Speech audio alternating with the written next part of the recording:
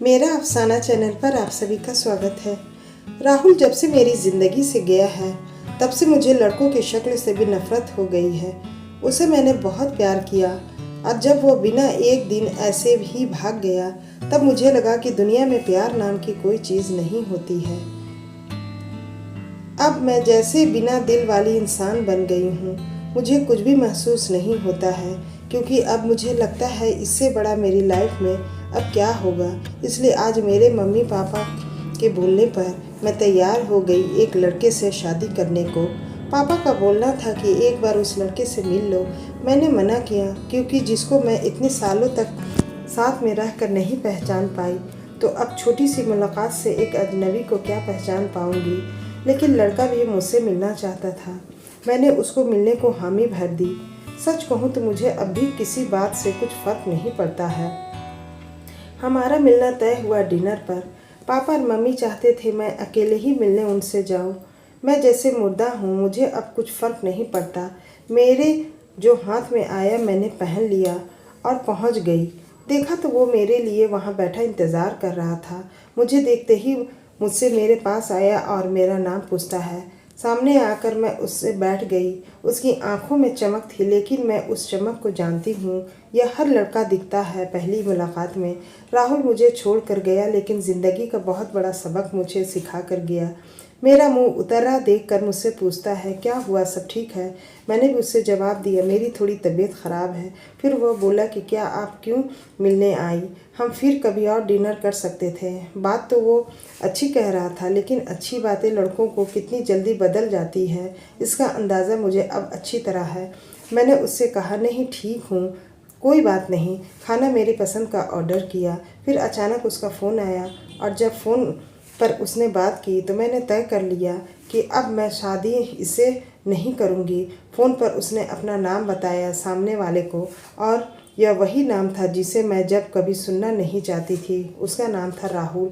मैं भी हैरान थी, मैं इतनी ज़्यादा खोई हुई थी। कभी तक मैंने उसका नाम तक नहीं पूछा था। पापा मम्मी से कहा भी नहीं कि उसमें मैं एकदम से खड़ी हो गई और उसको बोला कि मैं जा रही हूँ, मेरी तबीयत ज़्यादा ख़राब है। वो जैसे घबरा कर मुझसे बोलता है, मैं छोड़ देता हूँ आपकी गाड़ी से। पर मुझे अब उसके मुँह से कहीं हर बात कांटे की तरह चुभ रही थी। उसके बिना जवाब दिए मैं वहाँ से चली जा रही थी। वो मेरे पीछे पीछे आ रहा था। मेरी आंखों से अब आंसू टपकने लगे और मैं बाहर टैक्सी ऑटो का इंतज़ार करने लगी। आंखों में मेरे आंसू देखकर उसने मेरी बाह पकड़ी, मुझे गाड़ी में बैठने को कहा। उसने मेरी बाह पकड़ी, बस इतना तो बहुत था मेरे अंदर की आग को निकलने के लिए, और मैंने उसके मुंह पर ज़ोर से एक थप्पड़ मार दिया। वो जैसे हक्का बक्का रह गया हो। और फिर उस राहुल के भड़ास इस राहुल पर निकली और मैंने कहा, तुम लड़के अपने आप को समझते क्या हो? जो मन चाहा वो करोगे क्या? जब तुम्हारा मन किया किसी का हाथ पकड़ लेते हो, जब मन किया बिन बताए भाग जाते हो। और वो बस चुपचाप मुझे खड़ा देखता रहा। टैक्सी आई और मैं बैठकर वहाँ से चली आई। आते वक्त मैंने उसका चेहरा भी नहीं देखा। अपने कमरे में आने के बाद 1 घंटा और मैं रोई। पापा मम्मी को कुछ नहीं बताया। सुबह मैं जागी, लेकिन सच बताऊं तो रात को जो भी मैंने किया उसको मुझे कोई अफसोस नहीं हो रहा था। मुझे लग रहा था कि यह थप्पड़ मैंने उस राहुल को मारा है।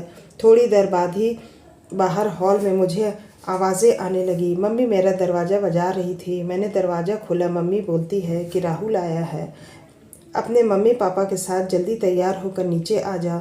मुझे पता चल गया कि वो ज़रूर कल रात की बात करने आया होगा, लेकिन मुझे कोई डर नहीं था। मैं नीचे गई, राहुल बैठा। उसने मुझे देखा। मम्मी किचन में थी। मैं गई, उनके चेहरे पर स्माइल थी। मुझे बोलती हैं, राहुल और उसके घरवाले ने हाँ कर दी है और जल्द ही शादी करना चाहते हैं। अब मुझे कुछ समझ नहीं आया। जिस लड़के को मैंने कल थप्पड़ मारा, जाने अनजाने जिसे मैंने अपने एक्स बॉयफ्रेंड के बारे में बता दिया, वो मुझसे शादी को कैसे राज़ी हो गया।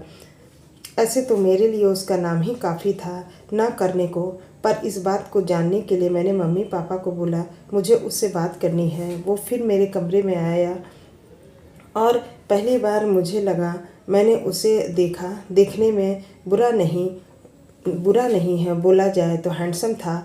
तब मुझे यह भी पता चला ऐसा क्यों बोलते हैं कि गुस्से में इंसान अंधा हो जाता है। मेरे बिना सवाल किए उसने बोलना शुरू कर दिया। बोला कि मुझे पता है कि आपके साथ पहले शायद धोखा हुआ है और किस हद तक आप सच्ची हैं यह भी मुझे कल रात पता चल गया। इसलिए मुझे आपसे कल रात ही प्यार हो गया और मैं चाहता हूँ कि आप मुझे मौका दें आपको गलत साबित करने का कि सभी लड़के एक जैसे नहीं होते। उसकी यह बात सुनकर मैं ना नहीं कर सकी और वो राहुल था जो मुझे प्यार पर से विश्वास उठाकर चला गया। और यह एक राहुल है जो फिर से मुझे बिलीव करा गया कि प्यार होता है। तो दोस्तों, आपको ये आज की कहानी कैसी लगी? आप मेरे चैनल पे नए हैं तो मेरे चैनल को सब्सक्राइब कर लीजिए। कहानी पढ़ने और सुनने के लिए आप सभी का बहुत बहुत दिल से धन्यवाद।